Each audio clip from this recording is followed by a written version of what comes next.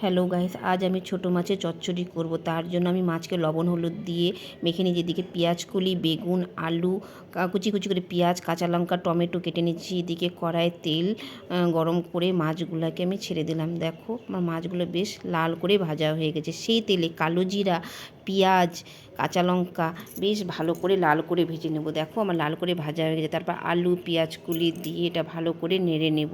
স্বাদ মতন লবণ, হলুদ দিয়ে ভালো করে নেড়ে এটাকে ঢেকে দিলাম। ঢাকা তুলে দেখো আলু, পেঁয়াজ কলি আমার বেশ ভাজা ভাজা হয়ে গেছে।